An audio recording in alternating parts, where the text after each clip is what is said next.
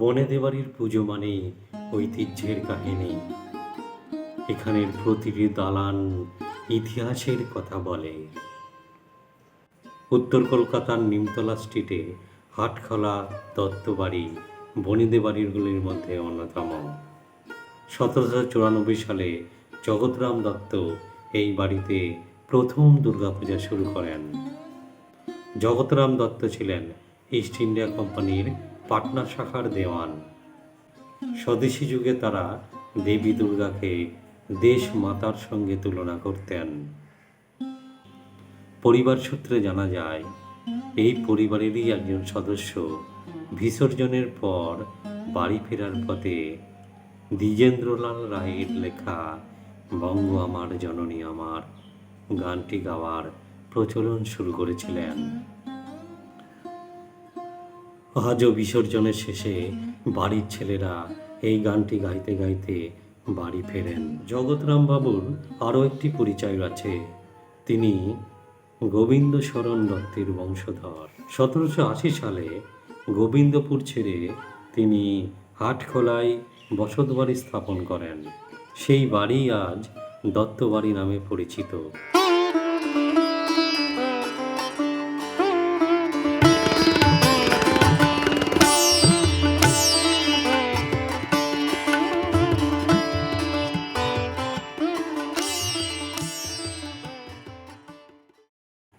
অষ্টাদশ শতাব্দীর শেষ ভাগে আন্দুলের দত্ত চৌধুরী পরিবারের রামচন্দ্র দত্ত হাটখোলা অঞ্চলে বসতি স্থাপন করে শুরু করেন দুর্গা উৎসব।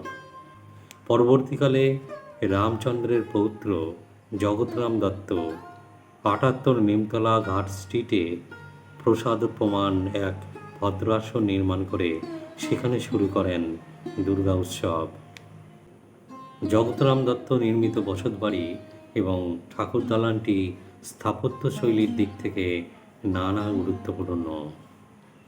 2 দালান বিশিষ্ট 5 খিলানের দালানটি কলকাতার পুরনো দালানগুলির মধ্যে অন্যতম। বড় থামওয়ালা ঠাকুর দালান তৈরির সঙ্গে জড়িয়ে আছে ইতিহাস। সম্পূর্ণ মাটির তৈরি ঠাকুর দালানটি কাশী, দ্বারকা সহ ভারতের পুণ্যধামের মাটি এনে সেই সময় তৈরি করা হয় এই দালানটি। নানা তীর্থস্থান থেকে দালানটি তৈরির জন্য মাটি আনা হয়েছিল বলে এটি ঐতিহাসিক দিক থেকে খুবই গুরুত্বপূর্ণ। এই বাড়ির দুর্গা প্রতিমাতেও রয়েছে নানান বৈচিত্র্য। সাবেক বাংলা রীতি মেনে মাকে পরানো হয় ডাকের সাজ। মঠচৌরি শৈলীর চালিতে থাকে মাটির অলঙ্কার, তাতে আঁকা থাকে কৃষ্ণলীলা এবং চণ্ডীর কাহিনী। আচার অনুষ্ঠানেও রয়েছে ব্যতিক্রম, যেমন পূজার নৈবেদ্য সাজানো থেকে পূজার যাবতীয় কাজ করেন ব্রাহ্মণেরা।